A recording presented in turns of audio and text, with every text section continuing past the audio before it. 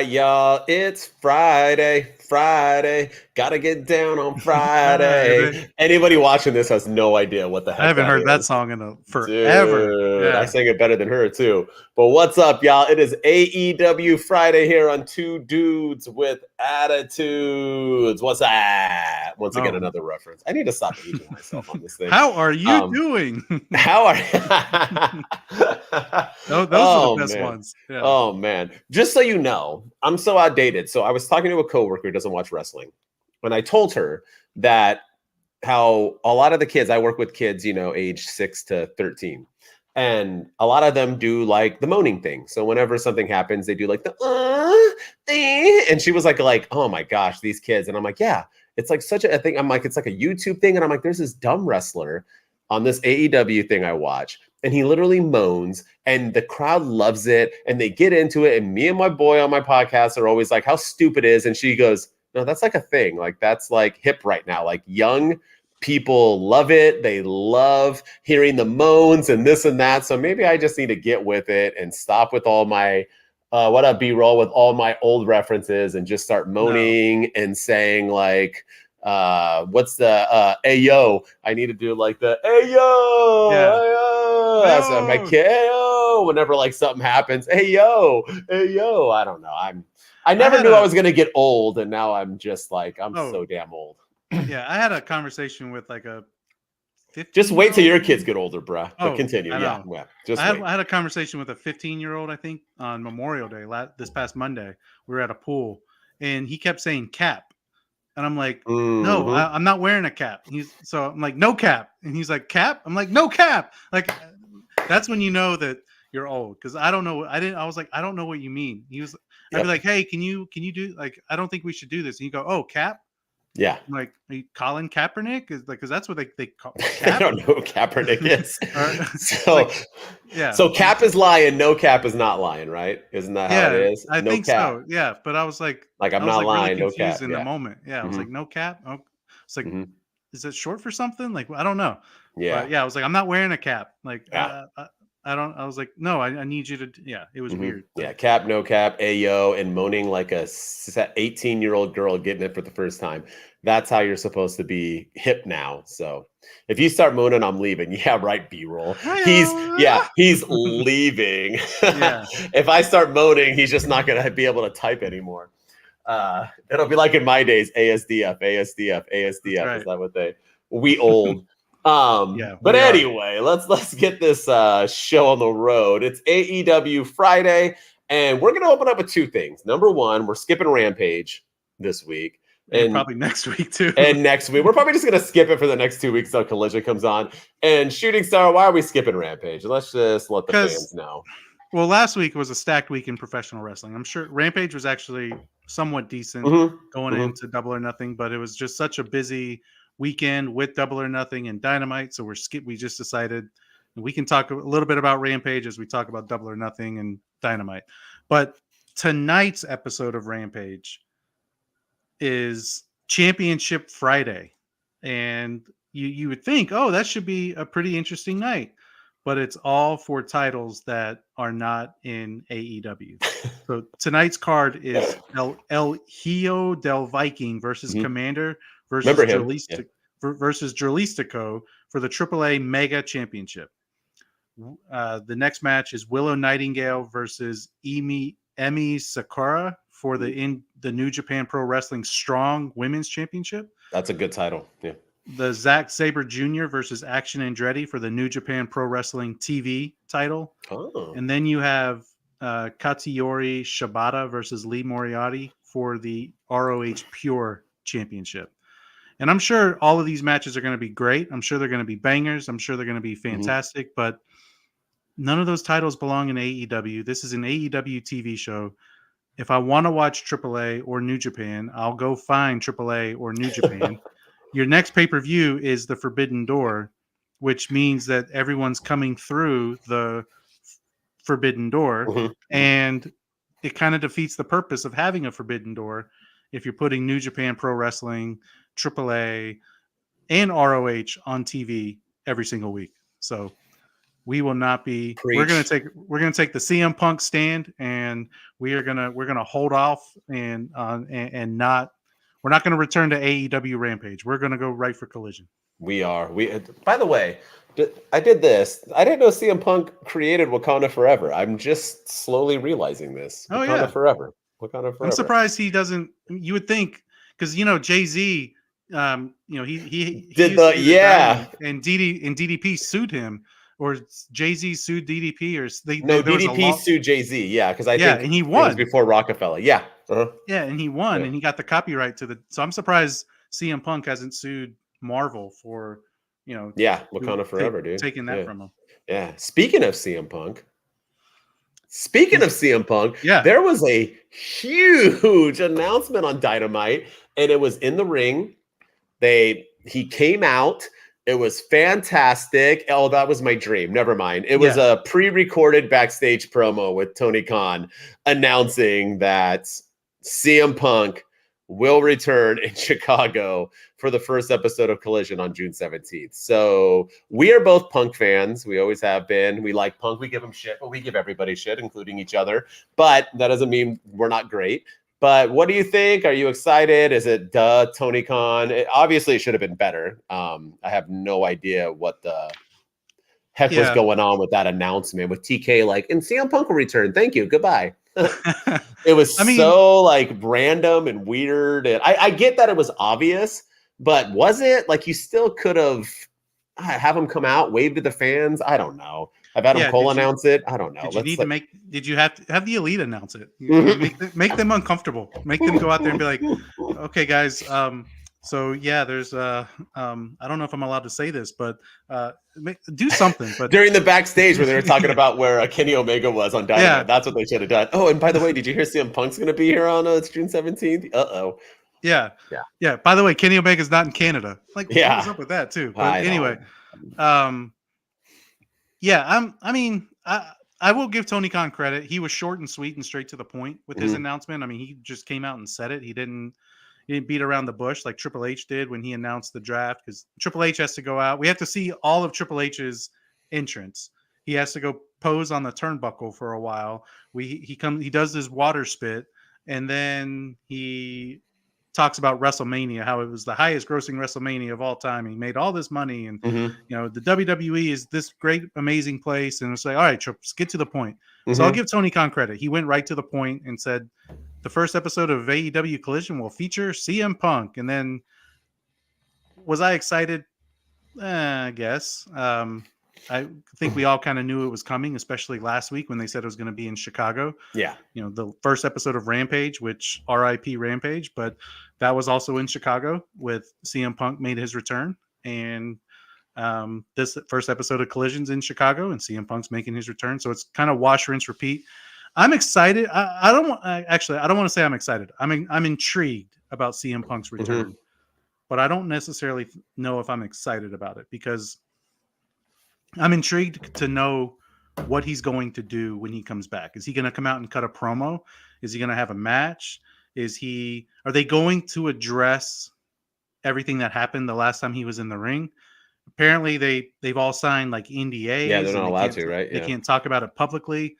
But you can't just bring him out and pretend like nothing happened. They got to make it part of his character. They've got to do something where, because people are going to want to know. You can't just have him come out and have a match and then he leaves and nothing happens. You can't have him cut a promo and be like, golly gee shucks, folks, what a great time to be alive in Chicago, Illinois. Welcome to AEW Collision. And we got a great he's going to be Cody Rhodes. That's sweet. Pretty much. And then just leave. Or he's going to be like, what do you want to talk about? And then not talk about anything. I'm intrigued to see what they're going to do. But I don't necessarily know if I'm excited, because I feel like they have to make whatever happened at all out. You don't have to talk about it, but you got to make it part of his character. And if they don't, I think that's a big disappointment. Yeah, well, we'll see. And I have in our segment, I have a CM Punk question, so we'll go from there. But let's talk about this huge event, Double or Nothing. I saw it, and I watched it late. I had you give me some things. I asked how you thought about it before I watched it, and you said meh. And I watched it, and I thought meh. And I've kind of read reviews and what people have said, and they've said meh. But AEW on Dynamite hyped it up as the greatest pay-per-view of all time. So I was a little confused on that. So I watched basically all the matches and went to it and checked it out. And I don't have problems with the matches on AEW because AEW always delivers matches, right? Although I think these matches were weaker than normal. I think this was a lot of more B and C matches, and I don't think there was any A match, to be honest with you. But I was more disappointed with story and who won and so on. So I'm going to start off my Double or Nothing with the trios title match. And I think, well, before I get your clip ready, before we play it, I want to talk about something really quick. But before you play it, hold on. So basically, the House of Black had an open challenge, and the Acclaimed and Daddy Ass accepted that challenge. And we have been talking about, we hope Max Caster cuts the rap we're hoping for. And Max Caster cut I think this was his best rap in years. It was risque. It was nice. It was dirty. It made the fans, and even Bowens was like, "Damn!" It was really good. But there was one line in particular that I have to say that was above all better than the rest. You ready for it? You got it? Yep. Let's hear it. Let's hear it.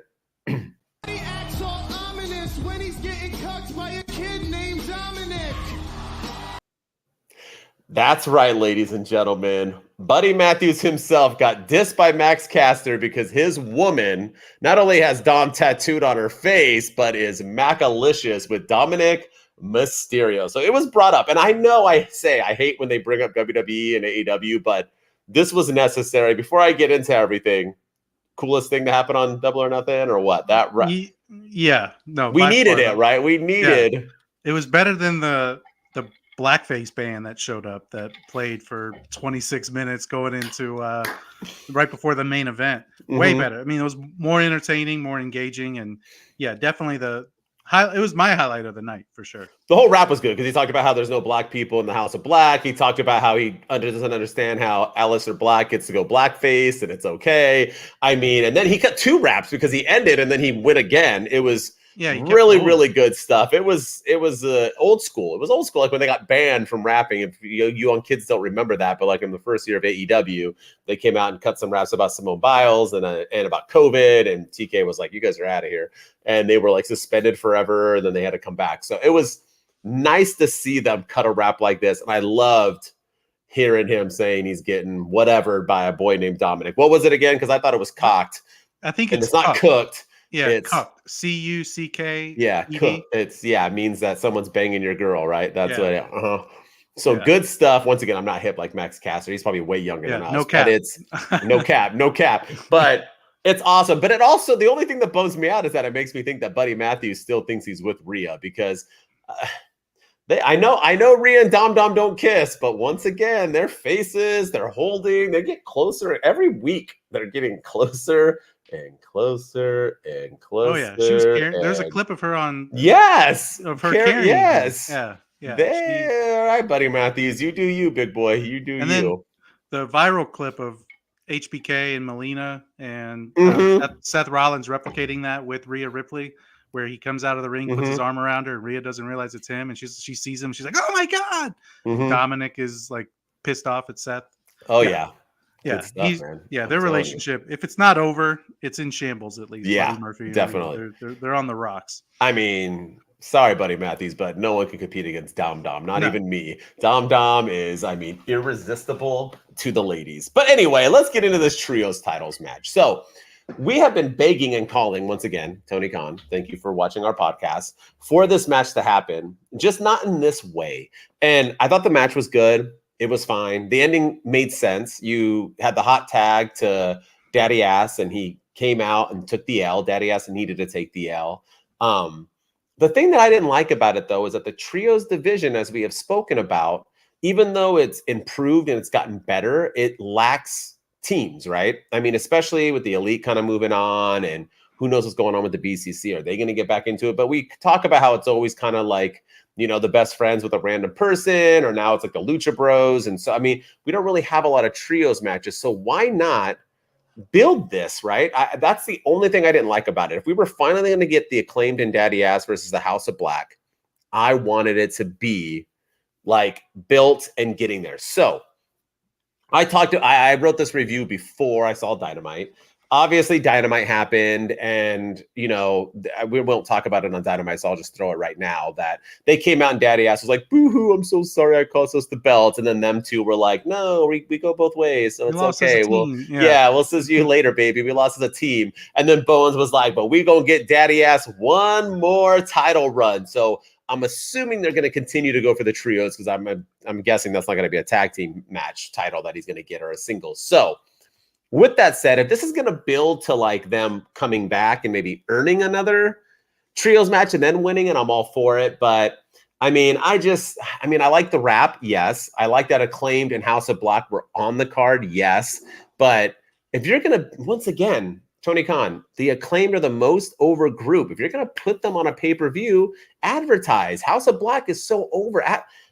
Give it build or just skip it. You could have anybody else come out and do the same thing, and we could have this same rap at the next pay-per-view, not counting Forbidden Door or on Collision or something important. Yeah. But that's my only down. I'm not dogging the match. I thought everything was good, and they should all wrestle. I just didn't like the build for it. I thought it was kind of out of the blue. And then the Acclaim lost clean. So why do they even deserve another shot? So yeah, that was my thing was the build for it. Because when we did our predictions, we didn't even predict this match because it wasn't hard. It was an open challenge that House of Black announced on Rampage last, where they said we're going to challenge anybody, and then I think we all kind of guessed and assumed it was going to be the Acclaimed, even though the Acclaimed won a battle royal to be the number one contenders for the title. So why would they answer an open challenge when they are the number one contenders? You could have built this. You had Ethan Page and the Guns versus Jeff Hardy and Matt Hardy and Hook. Not even Moni McGee didn't even make the card. It was Hook. And you had them on the card with plenty of build in the pre-show. You could have taken some time off of that. And they didn't even get talked about on Dynamite. I don't even know what's going on with Ethan Page's contract. So you had them on the card with build over this with no build, and it just it made no sense to me. And I just the booking of it was. I'm fine with the Acclaimed losing, I guess, even though this is like what 3-4 matches in a row that they've lost. Yeah, man. I'm okay with them losing to House of Black, but these are two over teams, and House of Black is probably the most popular trio that they have outside of the Acclaimed. Probably the most popular trio, and I wanted to see it. I wanted to see the build. I wanted to see promos. I wanted to see all kinds of stuff, and we didn't. We're going to be robbed of that now because of no build. So. I agree, because the rematch won't be as important. So they could have made this feel important. So yeah, that was my downfall on that. Like I said, matches were good on this card. The build and the story were not. Yeah. And let's talk about something that is another kind of a downer. We predicted it, but the Four Pillars match, the MJF versus Darby Allin versus Sammy Guevara versus Jungle Boy. The main event. Oh wait, no, it was, or it was, but it wasn't. It was It was a main event because Night of Champions, they had a triple main event. So Double or Nothing has to get a double main event in there. But this match didn't even close the show. This is the most important title with your 4 young stars, the future of professional wrestling, and it doesn't even close the show. What closes the show is the BCC versus the Elite, in Anarchy in the Arena. The match was good. The Four Pillars match was probably my favorite match of the night. I thought it was a really good match from start to finish. MJF did his thing. He brings it every time. His entrance was really cool. I predicted that Sting would turn on Darby Allin, and that obviously didn't happen. But yeah, I thought everybody got their opportunities to shine. I thought everybody had a great moment in the match. It was never in doubt. I knew MJF was going to win. It was just a matter of how he won, and I like that he got Darby Allin with his own move, and I like that Darby Allin took the pin. I really was afraid Jungle Boy was going to take the pin, and now that's what I predicted. Yeah, because they booked him the weakest of everybody. Yeah, and and we won't talk about him on Dynamite either. But now looks like he's back to the tag division with Hook. So I don't know what they're doing with that. And then Darby Allin's back with Orange Cassidy. So Yeah. they just moving on. But yeah, I was just really perplexed that they spent all this time, talking about the future of AEW, the future of wrestling, the 4 pillars of the company, the 4 originals, and they don't even close the show. I agree with you fully. And here's the thing, right? They all 4 showed out, right? Congrats to them. There was a great moment where they all did their not their heroes, but not their role model, the person who brought them in. They did their finishing move. Mentor. Their mentor. Thank you. So they all did their mentor's move. Although MJF did Cody Rhodes. I didn't know Cody Rhodes and was like MJF's mentor, but I guess he could have done the Wardlow move. But anyway, they all did their thing. It was really cool, little segment that happened in the match. The match was great. Everyone, I mean, obviously these 4 guys can go. The right person won. Everything's great about it. Should have closed the damn show. If and you'll talk about it later, but if Punk would have returned or something would have happened in that Anarchy in the arena match to make it close the show, then that would have felt okay, but nothing happened. It was just a match. So why the hell did that? This is like what AEW hardcore fans make fun about with WWE, right? With CM Punk and with like, he's a champ, he needs a main event. Why? That's not okay. You can't have non-champions main event, a WrestleMania or our big card or this and that. And are people okay with the BCC and the Elite and main eventing over MJF and the 4 pillars? Like, that's never going to happen again. It's a 4 pillars title match. And it doesn't close it. That was weird to me. Great match. Once again, great match. Bad booking. Not bad booking because MJF should have won, but just the way they did it and booked it on the card.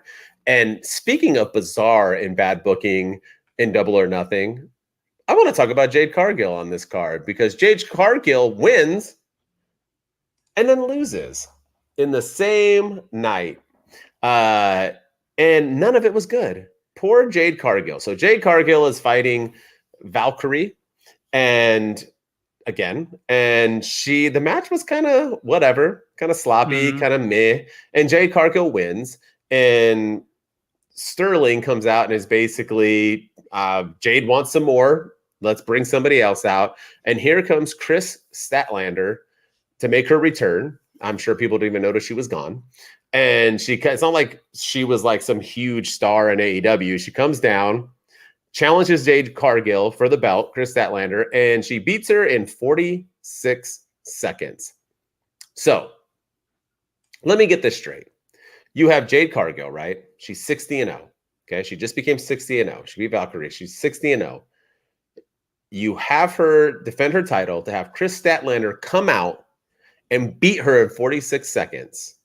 That's how you end the 60-0, probably bigger champion than Orange Cassidy right now in AEW, the biggest champion.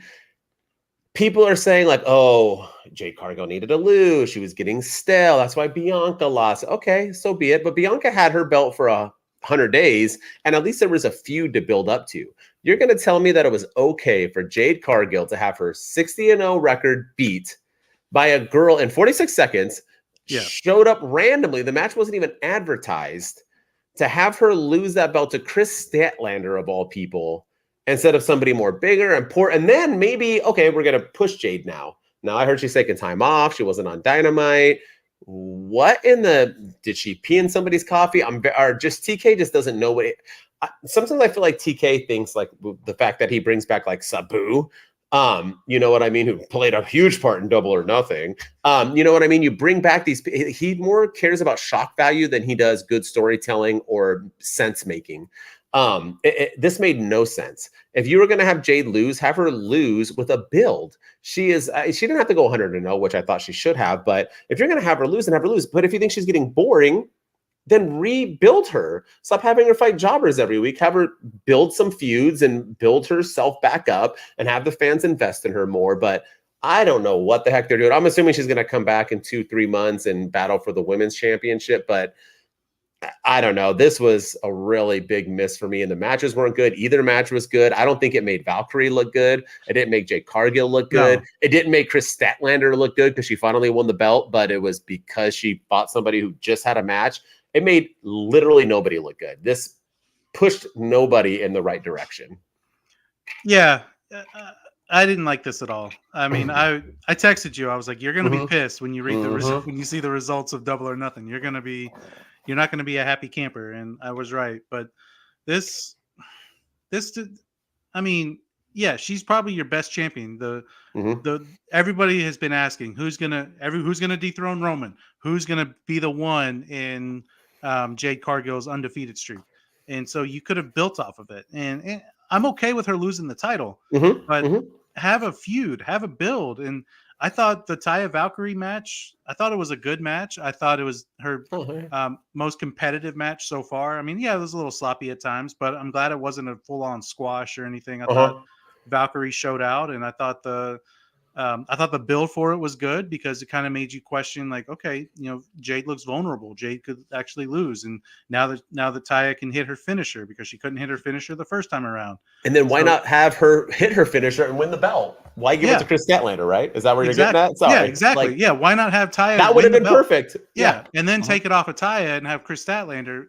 or something.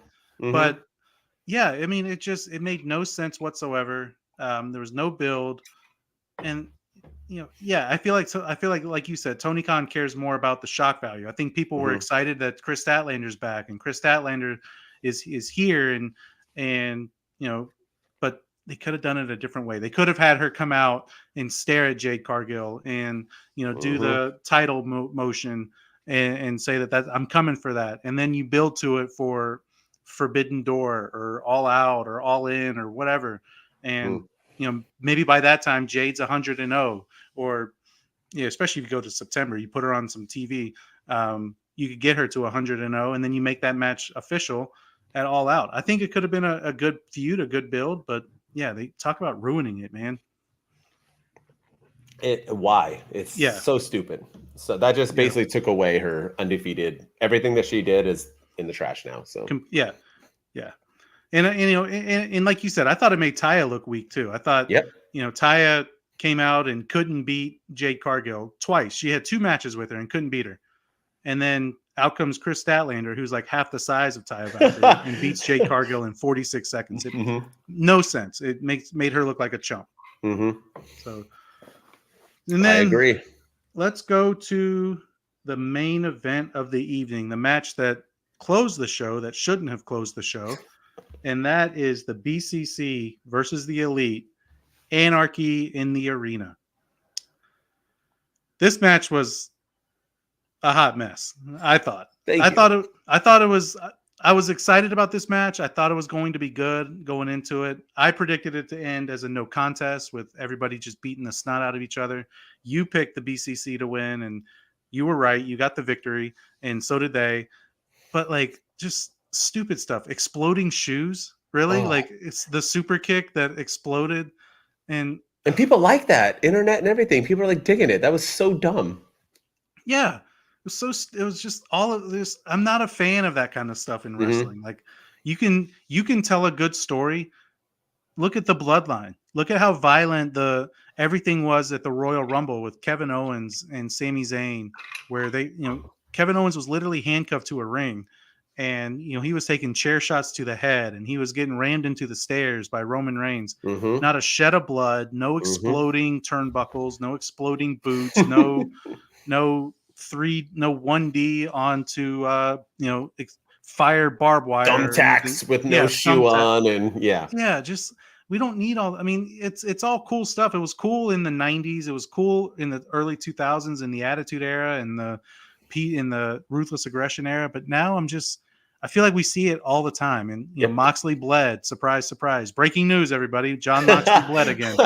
And Adam Page suddenly doesn't have an eye patch anymore. And just all these little. I mean, I guess it was a good match. I will say I am glad that I was surprised when Kenny Omega took the pin.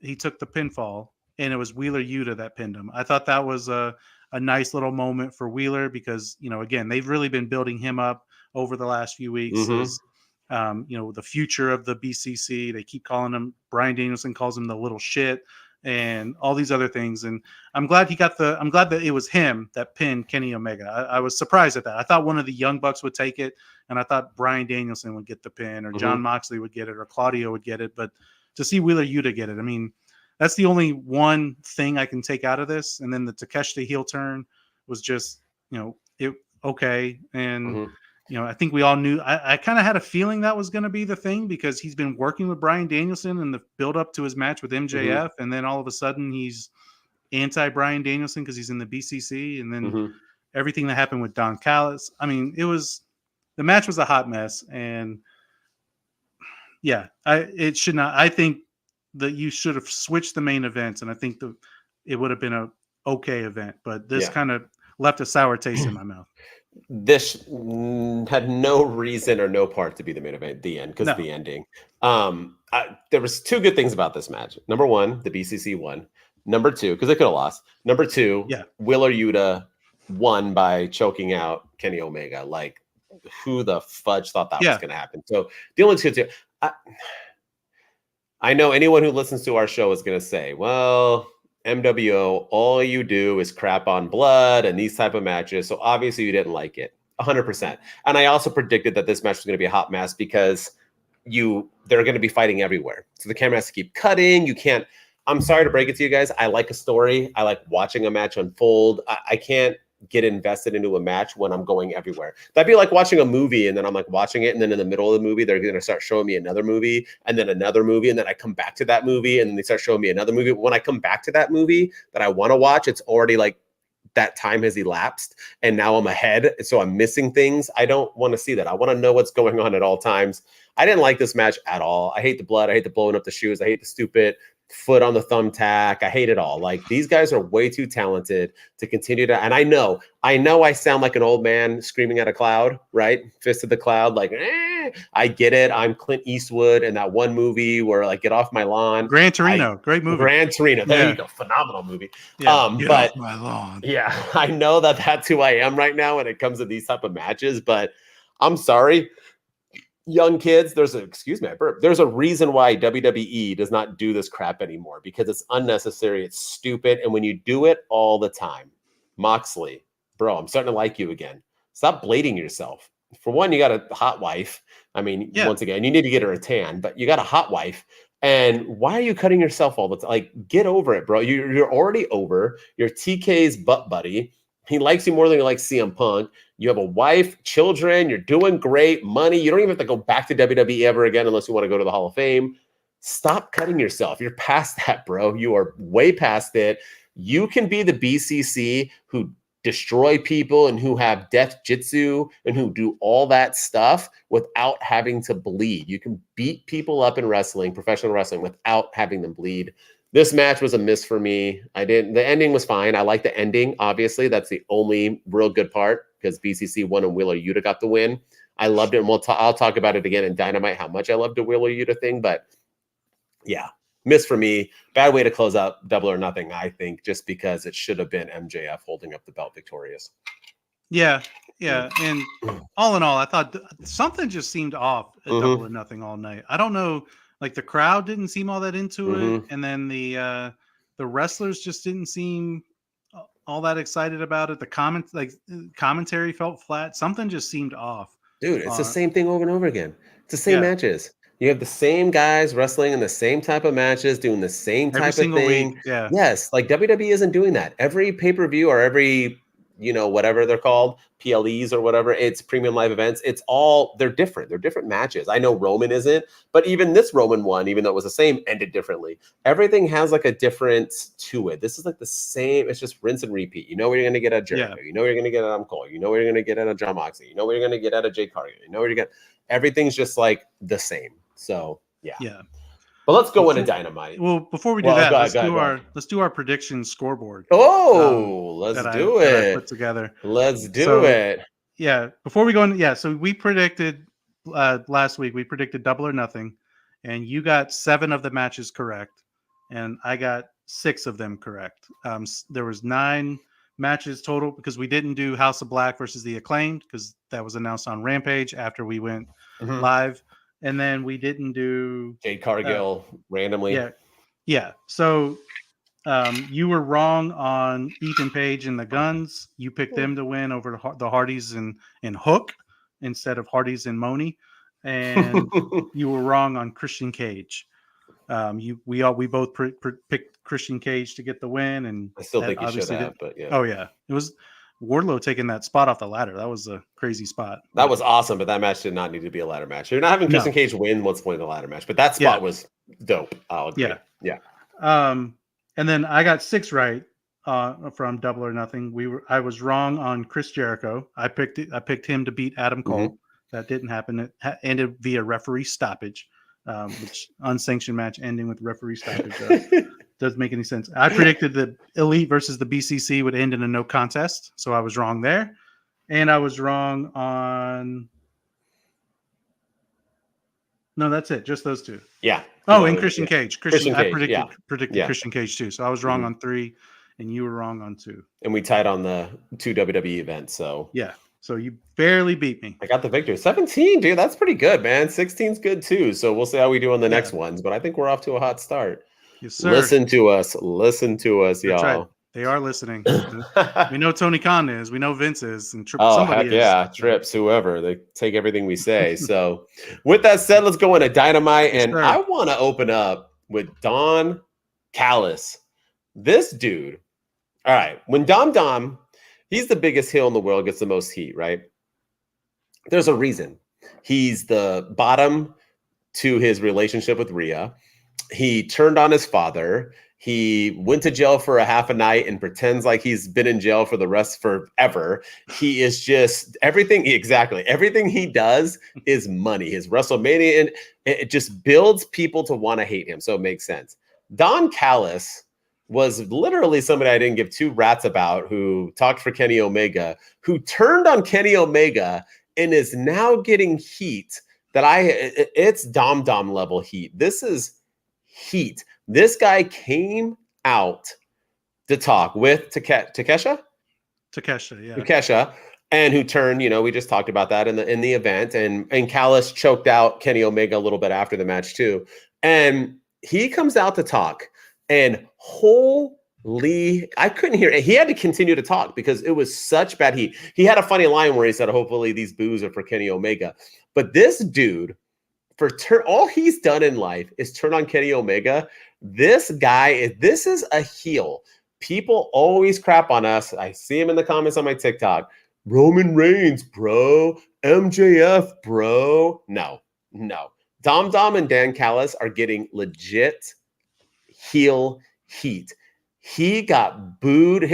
I was surprised his eyes and ears weren't bleeding from being booed so much. He got booed so much that I think he forgot to tell us whether or not he was part of the BCC. Yeah, that was the only thing that missed, because Daniel Bryanson literally said he's gonna we'll find out let later, you guys know, and he just skipped it. I think he got thrown off because he got so much damn heat. Am I losing this, or is this this is insane?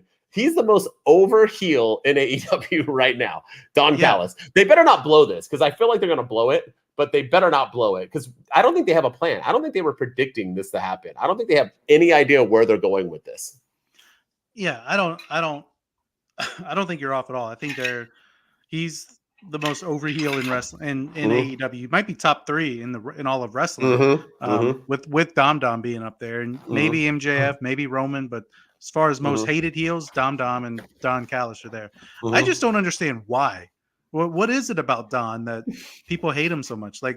Is it the sleazy car salesman look that he has, the bedazzled shoes, and no socks with his loafers? Is that what it is? Or is it because he used to be in TNA Impact and he was the head honcho over there, and then he aligned with I don't understand. What is the Dom I get, because he turned on his dad, but even though Ray's technically the heel there because he's a deadbeat, but damn right. But with Don, I don't. Is it because he turned on Kenny Omega, the biggest baby face, I guess? And I didn't know Kenny Omega was loved that much that people would boo this man so much. Yeah. I don't understand. Like, I'm happy for Don Callis. I'm Yes. glad it's happening. I think it's a great thing for AEW to have a sleazy heel, and I think he should show some of the other heels in AEW, minus Christian Cage. Like, this is how you actually get heat. This is how you get true heat, and really use this as a learning opportunity for some of the younger guys there. But I'm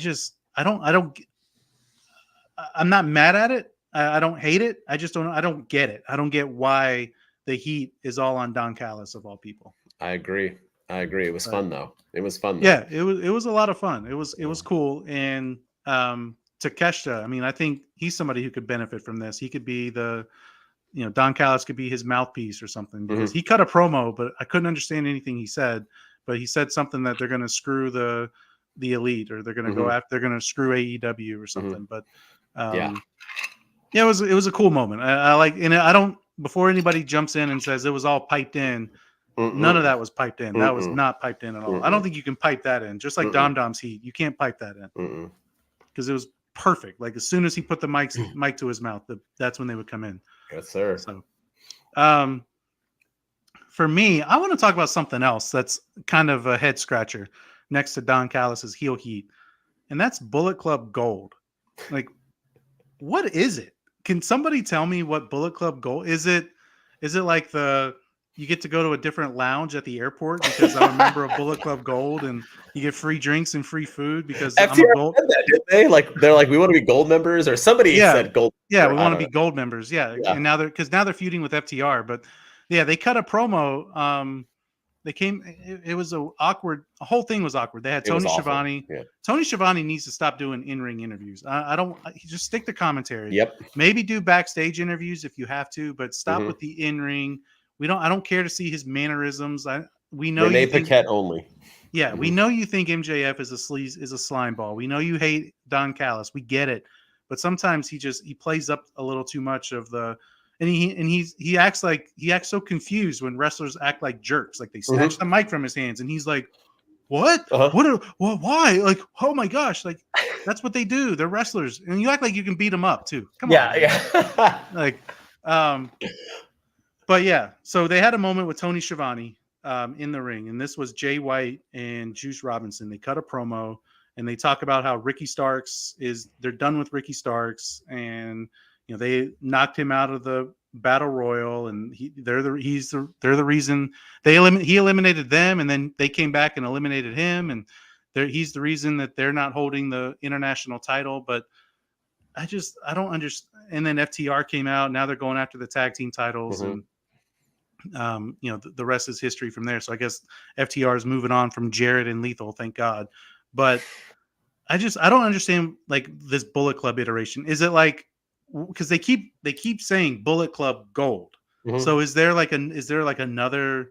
I know there's like the regular Bullet Club, but is this like the NWO and the NWO Wolfpack? Is this like a separate faction from Bullet Club? Is this because they don't have the copyrights to Bullet Club, but but we can add gold to it, so now we're good? Like, I don't understand what it is, and to me that's making me not enjoy their stuff so much, because they keep hinting at Bullet Club Gold, but there's only 2 members, and I'm like, is it really a club if you have 2 members? Like, I agree with you fully. When they came over, they were Bullet Club, and I was wondering that, because I'm like, Bullet Club's in New Japan, right? Obviously, and they've been around. So I've never heard of Bullet Club Gold either. I haven't seen New Japan in a minute, so maybe they had a Bullet Club Gold, but I don't think so, because when they've been here for what, a month and a half now, and they have not once talked about it until Dynamite. So I wonder if Tony Khan and then New Japan were like, hey, we need to continue our Bullet Club because that's our thing. So you need to, like, if you want to use it, you got to do something else with it. So Jay White was like, all right, I'll do.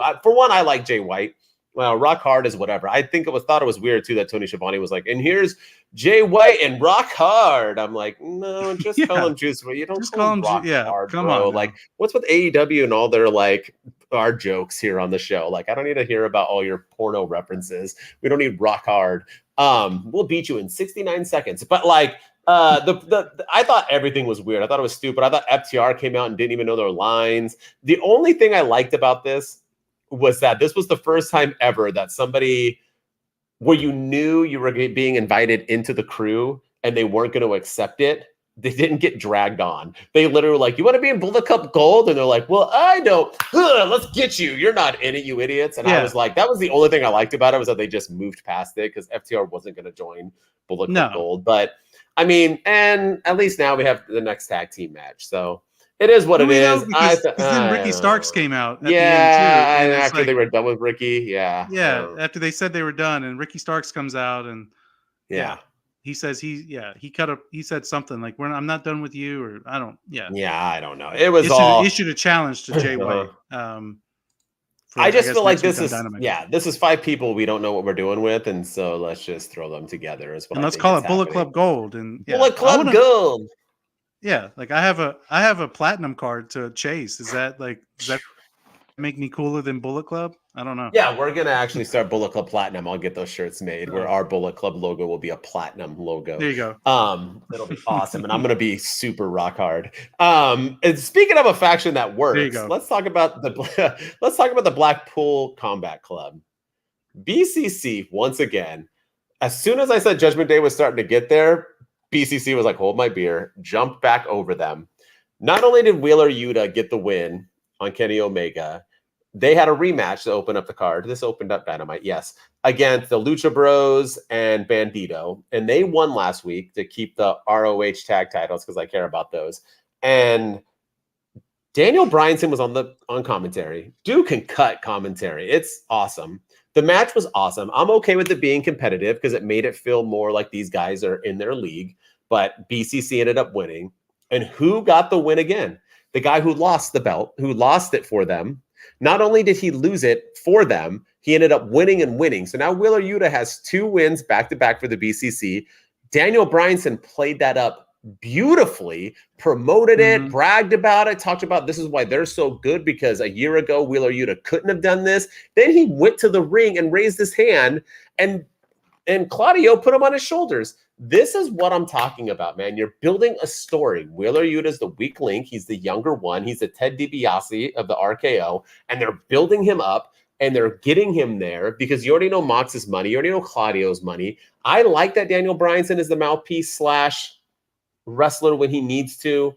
BCC is doing their damn thing, man. I don't know what. Obviously, they're going to continue with the Elite, but I am just loving what they're doing. They're running on all cylinders, and I like now that we are also making Wheeler Yuta feel important, because when he got into the BCC, he did that blood match, and it was awesome. They started doing the blood gimmick on their shirts, and then he's kind of just become like the nerd of the group. So I'm glad that he is now shining again, and they're telling a great story with the BCC. I mean, I'm just loving these guys. No, I think that it was spot on, and he got a big victory over Kenny Omega at huge Double or Nothing. That I'm glad that they brought it up, but I didn't feel like they talked about it enough on Dynamite. I feel like they should have.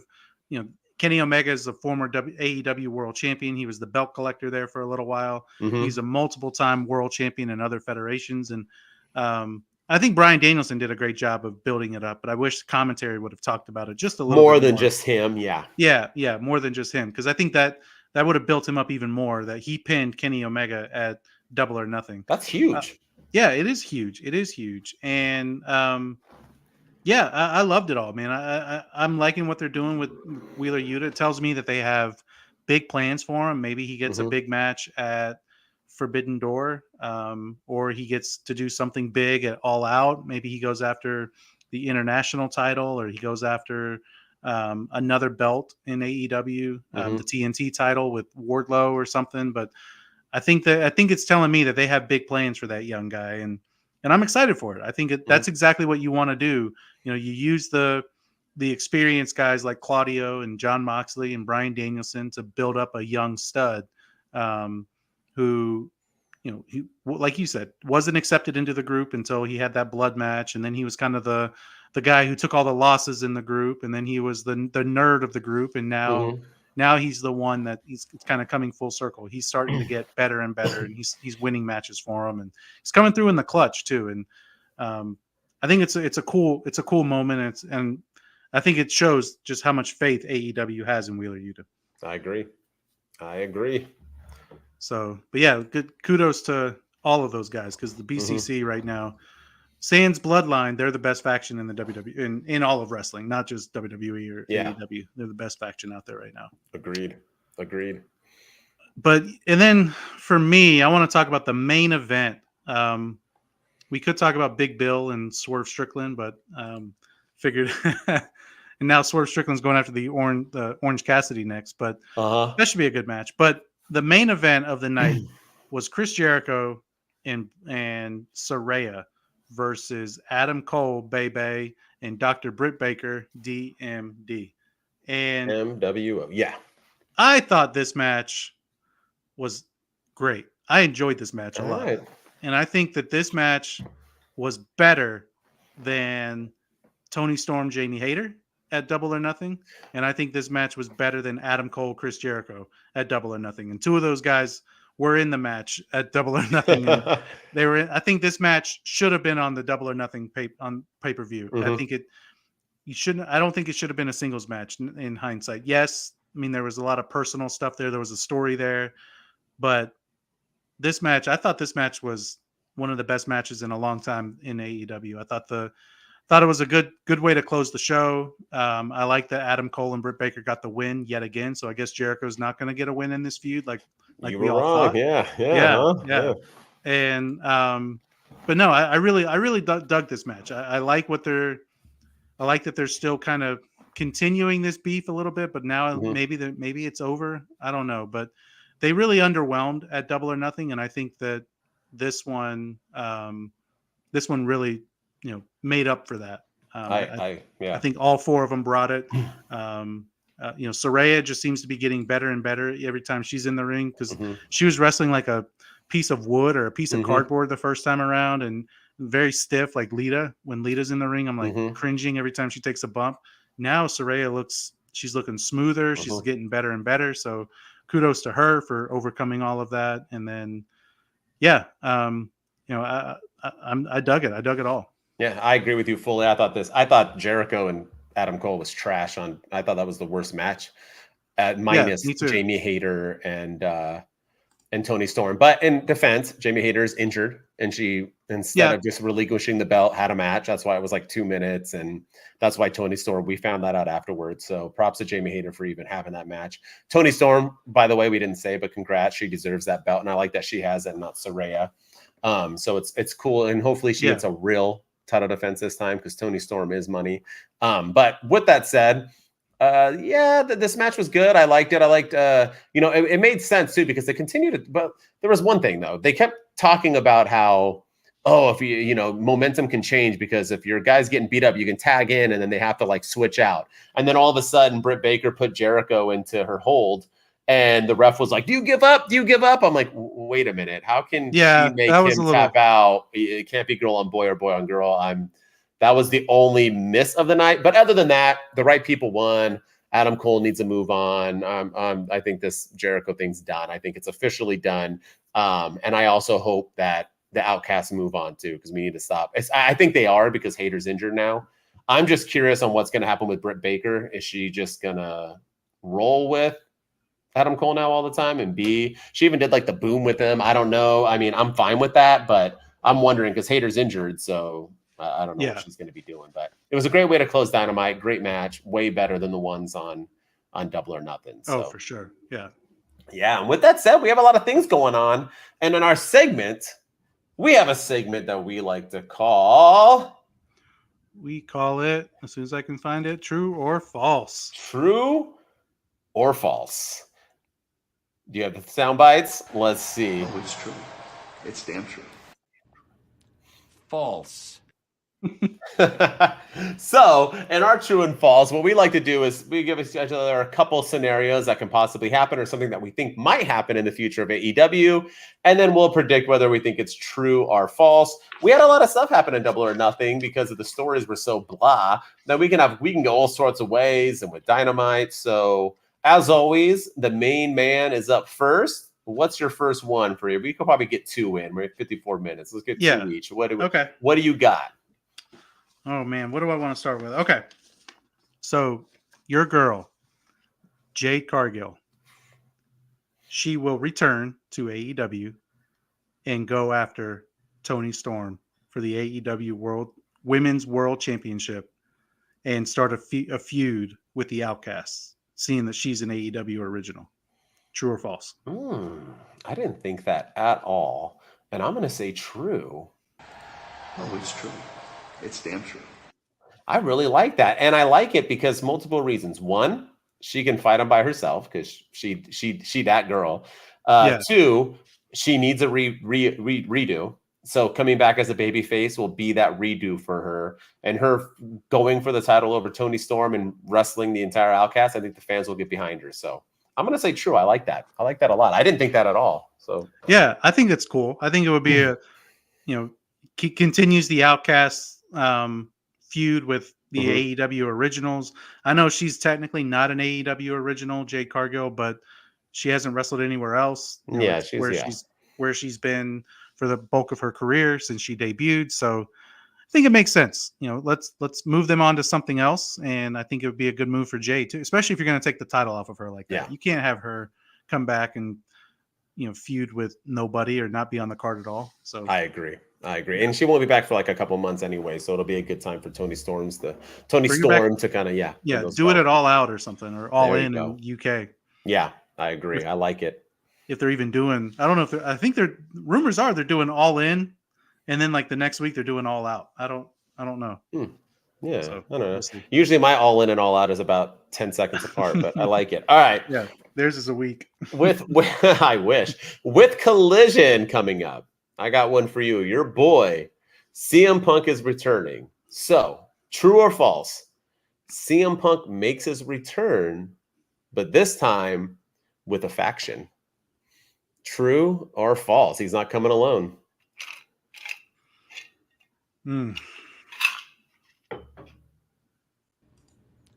False.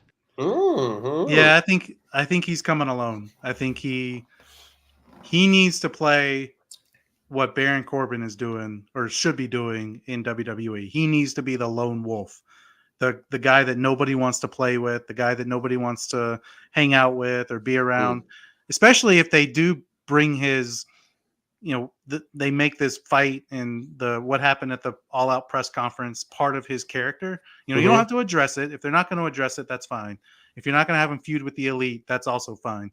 But I think they should make it part of his character. Like he's here to destroy AEW. He's here to do whatever he can and leave AEW. He's gonna take out whoever gets in his way. He's not here to make friends anymore. He's just here to do his thing and beat people up and all that. So I think he should come alone. I think he should and play up that angle of, because if all the reports are true that nobody wants to work with him and everything, like play into that, make that part of the character, make that part of the story.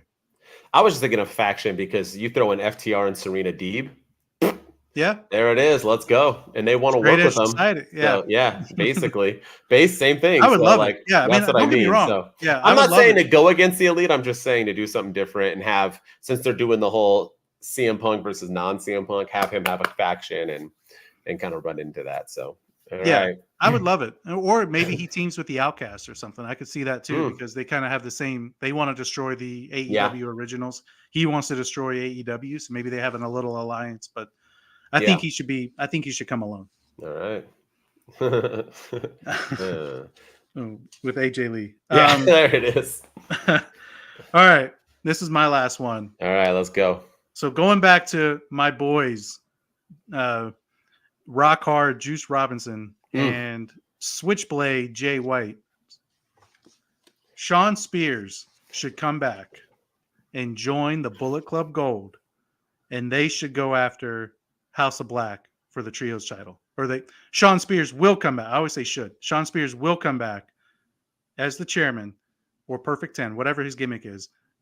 He will join Bullet Club Gold, and then they will go after House of Black for the Trios titles. It's so funny. I have a Trios title one too. All right, I'm going to say true. Let's do it. Let's do it.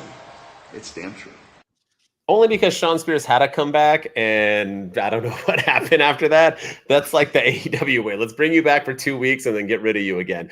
But I'm all for it. Let's bring it back. I think he would fit perfect in the James Bond. That's James Bond, right? Isn't this James Bond? The Bullet Club. Yeah. Oh, there. Yeah, it's a two-hand. Yeah. But either way, the Bullet Club Gold.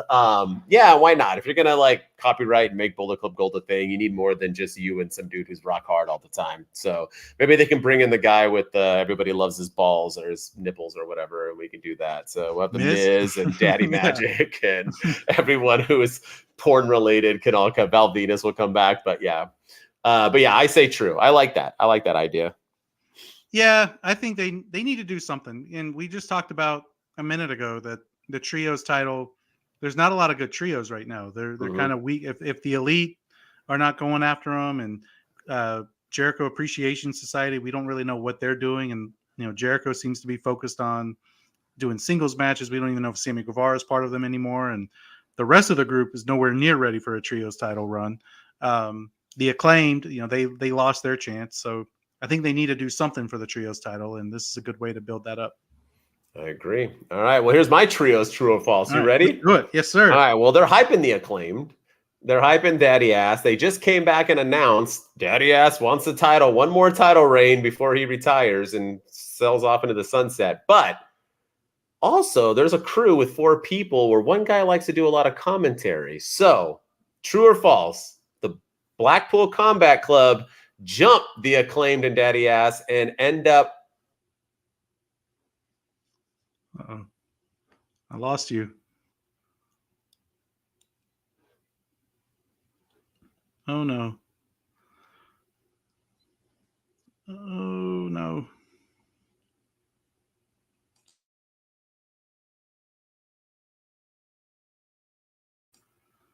I think we lost you there. You still there?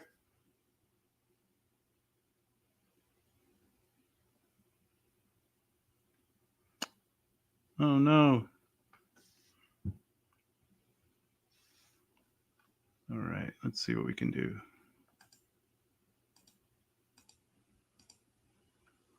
So we have lost MWO right at the heart of his question. But I think he was getting at the Acclaimed versus the BCC for the trios title. Maybe the Acclaimed gets jumped by the BCC and eventually feud for the trios. I would love to see it. That's just me. But I think if you're not going to put the belts on the Acclaimed, you need to have them do something. And I think Daniel Bryan or Bryan Danielson can think that they're amateurs and, start a feud with them that way. And, maybe they get jumped mid-rap with Max Caster, cutting a rap, and that's when the BCC comes out, and because they hear enough of the amateur hour. I'm going to see if we can get MWO back in here. I don't know where he went. No, he says his internet went out, so we have lost MWO. So I'm going to go ahead and wrap us up. We are 2 dudes with attitudes. Hate that we had to end on a cliffhanger like that, but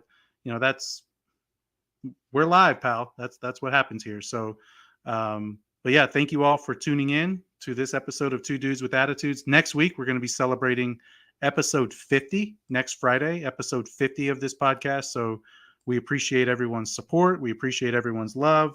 We appreciate everyone's support so far. So make sure you're subscribing if you haven't done so already. We're on YouTube. We're on Spotify. We're on Twitch. We're on Apple. Anywhere you get your podcast from. I am Mr. Shooting Star Press, Shooting Star PRS here on the TikToks. So go follow me there. Follow My Wrestling Opinion on TikTok. Our Instagrams are on the screen at My Wrestling Opinion and at Shooting Star Press. And again, subscribe. We're going to be posting some more content here today, both on the YouTube channel and on our Twitch feeds. And we're going to go back to posting TikToks. So thank you all for coming with us. And the 2 dudes are out.